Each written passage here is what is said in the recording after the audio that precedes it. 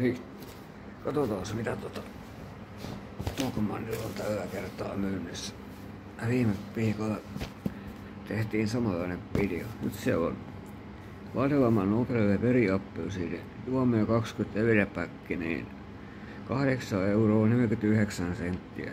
Se on halpa. Ja niin täällä 2 kappaletta talous.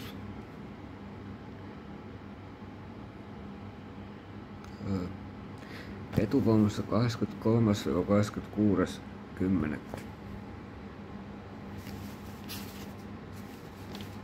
Olisiko jotain hyviä niin. Tää oli, mutta kun mä tässä hitto kun liukset. Täytyy katsoa taas mitä noin voisi tehdä.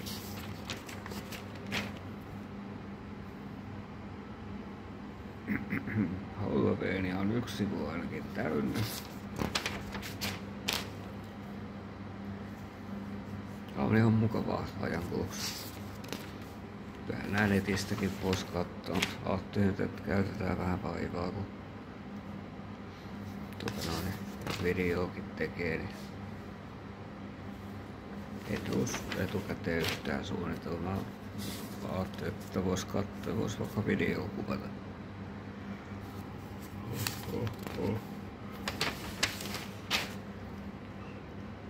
Ei kyllä näytä olevan oikein. Mä ei tossa ole enempää mitään näitä tämmösiä.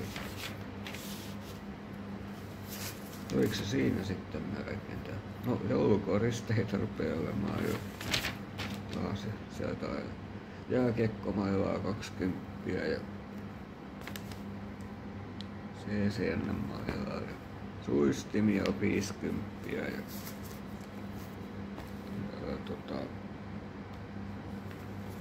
mitäs toi on, en tiedäkään.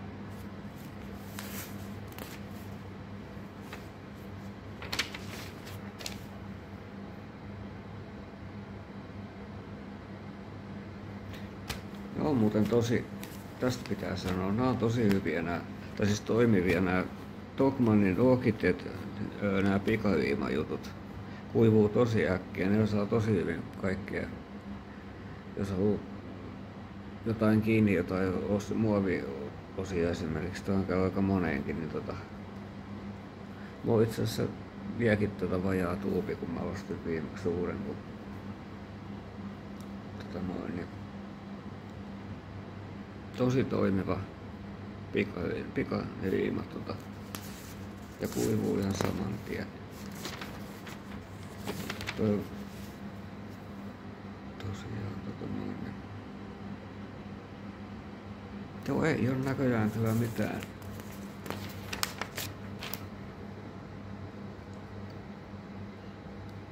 Noistua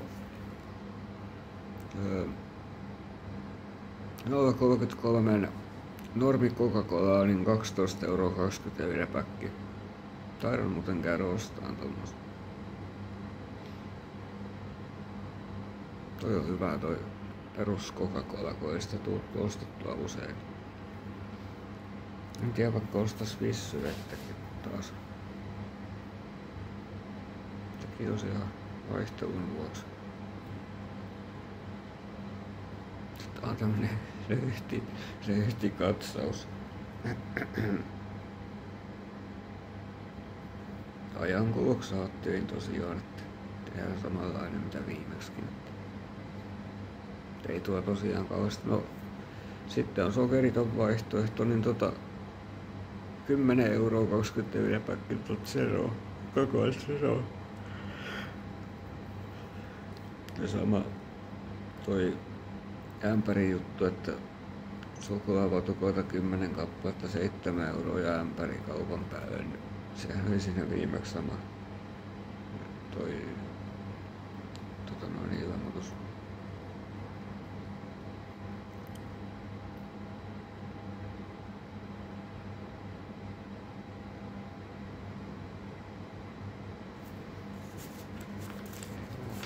Ei näytä olevan muuta tosiaan.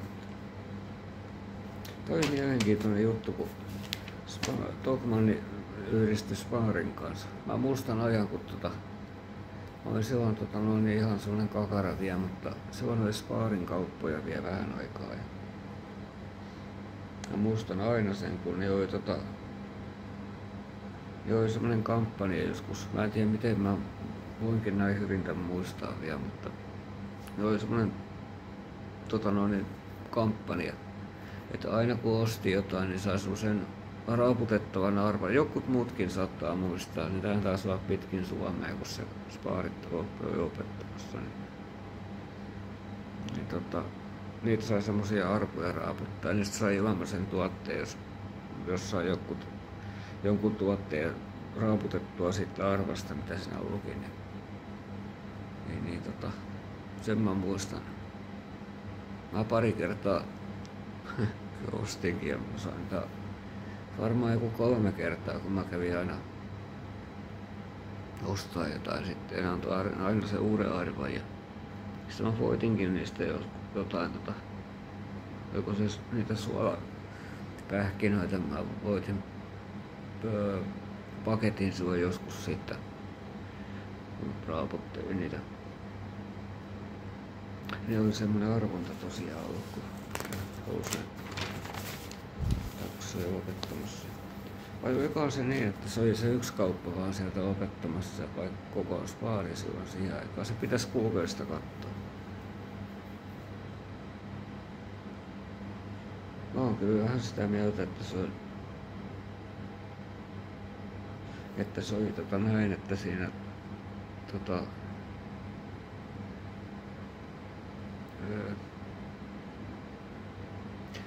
että se oli koko Spaari-firma tai ketju lopettamassa ja sen takia teki semmosia arvontoja niistä lopuista, että sai nopeammin pois myynnistä. Että joku muu voi muistaa paremmin kuin minä,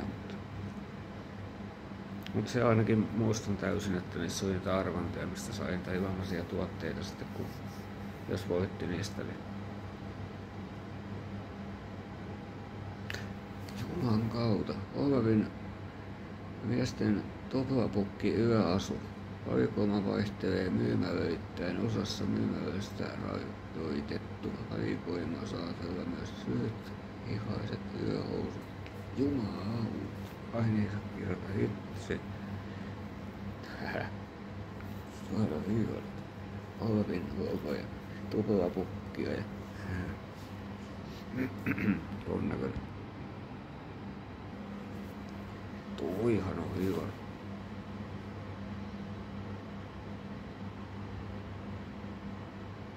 Joo, ei ollut muuta näköjään. No, ei se mitään haittaa. Ei se aina kauheasti mitään ole. Rupesin justiin näitä kattoo vähän lisää, mitä jäi kesken tossa viime katselusta. Niin ovat ihan hauskoja nää, mutta harmi vähän, kun tää on uudelleen remasteroiduttu tää DVD:n formaatti, kuvaformaatti, niin toi ei ole niin vanhan näköinen, mitä se alkuperäisformaattina on toi kuvan laatussa.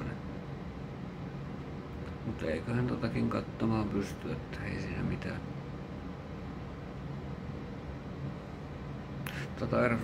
Jatkaa, niin huomenna sitten taas videoja. Niin kuin mä aikaisemmin tänään kuvasin videokävelyitä ja muuta näin, niin kirpparivideoissa huomenna tulossa sitten, että pitää kyllä näistä vähän partaa taas ajaa, että kyllä